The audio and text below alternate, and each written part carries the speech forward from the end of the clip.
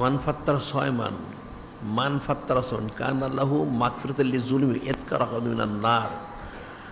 যে রমাদান শরীফ মাসে কোনো রোজাদারকে ইফতার করাবে, আল্লাহ পাক তার জিন্দিগির সমস্ত গুনাহ খাতাগুলি ক্ষমা করে দিবেন, সুবহানাল্লাহ, এবং তাকে জাহান্নাম থেকে পানা দান করবেন, সুবহানাল্লাহ। এবং কানা লাহু মিসলু আজরি মিন গায়রি আয়ানতিজ মিন আজরি শাই, এবং ওই ব্যক্তিকে যাকে সে ইফতার করালো, যে করালো, তাকে ওই রোজাদারের সমপরিমাণ ফজিলত দেওয়া হবে, কিন্তু রোজাদারের নেকি কোনো কমতি হবে না, সুবহানাল্লাহ, সাল্লাল্লাহু আলাইহি ওয়াসাল্লাম।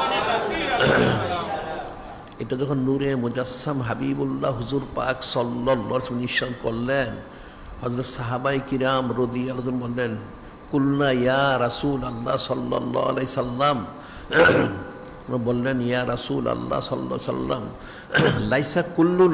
লাইসা কুল্লুনা নাজিদু মা নুফাত্তিরু বিহি সাইম। কিছু কিছু সাহাবায়ে কিরাম রাদিয়াল্লাহু আনহুম বললেন, ইয়া রাসূল আল্লাহ, ইয়া হাবিব আল্লাহ সাল্লাল্লাহু আলাইহি সাল্লাম, যে রমজান শরীফে রোজার ইফতার করার এত ফজিলত, গুনাহ খাতা মাফ হয়ে যায়, জান্নাত ওয়াজিব হয়ে যায়, এবং যাকে ইফতার করানো হবে তার সমগ্র ফজিলত পাওয়া যায়, কিন্তু আমাদের তো সকলে সেই সামর্থ্য নেই যে আমরা ইফতার করাই। ফাকালা রাসূলুল্লাহ সাল্লাল্লাহু আলাইহি সাল্লাম, তখন নূরে মুজাসসাম হাবিবুল্লাহ হুজুর পাক সাল্লাল্লাহু আলাইহি ওয়াসাল্লাম তিনি ইরশাদ করলেন, ইউতিল্লাহু হাযা সাওয়াব, ইউতিল্লাহু হাযা সাওয়াব। এই সবটা আল্লাহ কাকে? মান ফাত্তারা 6 মান আলান মাসকাতে লাবানিন আও তামরাতে শরবতে মিম্মা।